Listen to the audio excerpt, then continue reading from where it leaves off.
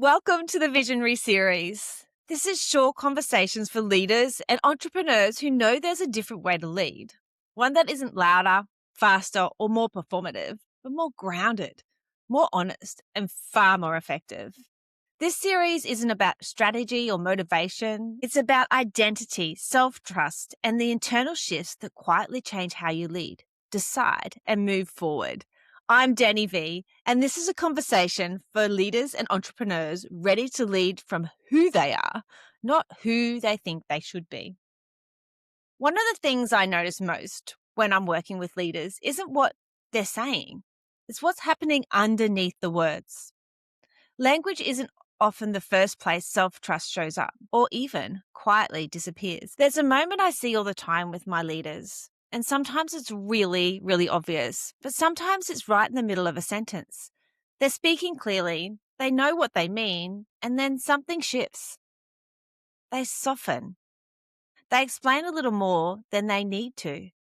They add an apology apology that wasn't even required. And this isn't because they're unsure, it's because they're managing the room. I want to be really clear about this. This isn't about confidence or competence. These leaders and entrepreneurs are capable, they're intelligent, and often very, very experienced. This is what happens when conditioning is taking place. Most of us learned early on that understood meant saying more, clarifying, justifying, making sure no one felt uncomfortable with what we were saying. For a long time, I thought that was strong communication too. I thought leadership meant being really thorough, making sure everything was clear, questioning, do you understand that? Do you get that? Does that make sense?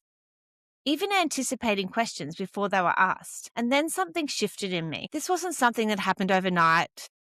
It was something that I started to notice that more I trusted myself, the less I felt the need to convince anyone else. I wasn't asking if they got it because I trusted that I was communicating correctly. My language didn't become sharper. It actually became quieter in the space of I wasn't trying to fill up space all the time. I stopped rushing to land the point. I allowed there to be quiet and pause. I stopped trying to make everyone comfortable with my truth. That was a big one for me. Serial people pleaser for so many years. I really enjoyed creating that space of truth. What really surprised me was people started leaning in because visionary leaders don't rush their words. They trust what they're saying enough to let it land without padding it. They don't over-explain because they don't need permission. They don't soften truth because it's easier to digest. But they do allow the space. In the coaching land, we call this holding space. That space, that pause, that really truly carries the authority. Language at this level isn't just communication, and this is something I speak about so strongly in this Visionary series. It's the self-belief that you can hear. And when identity is clear, language truly follows. It becomes grounded, even clear. It even becomes clean in a sense. Unforced. And this isn't because you're trying to sound like a leader. It's because you are one. So as you move through the rest of your day, notice how you speak when something matters to you. And I don't want you to correct it. And I don't want you to polish it. And most importantly, I do not want you to judge yourself. Just notice where you trust yourself and where you're still managing the room. Visionary leadership isn't about saying more.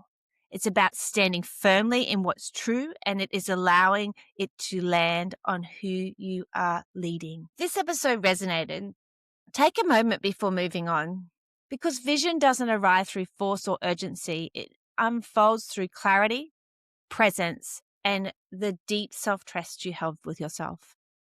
Let what stood out to you settle. Let what's no longer aligned fall away. If this conversation is one you know another leader or entrepreneur needs to hear, share it with them. And I can't wait to meet you in the next episode of the Visionary series.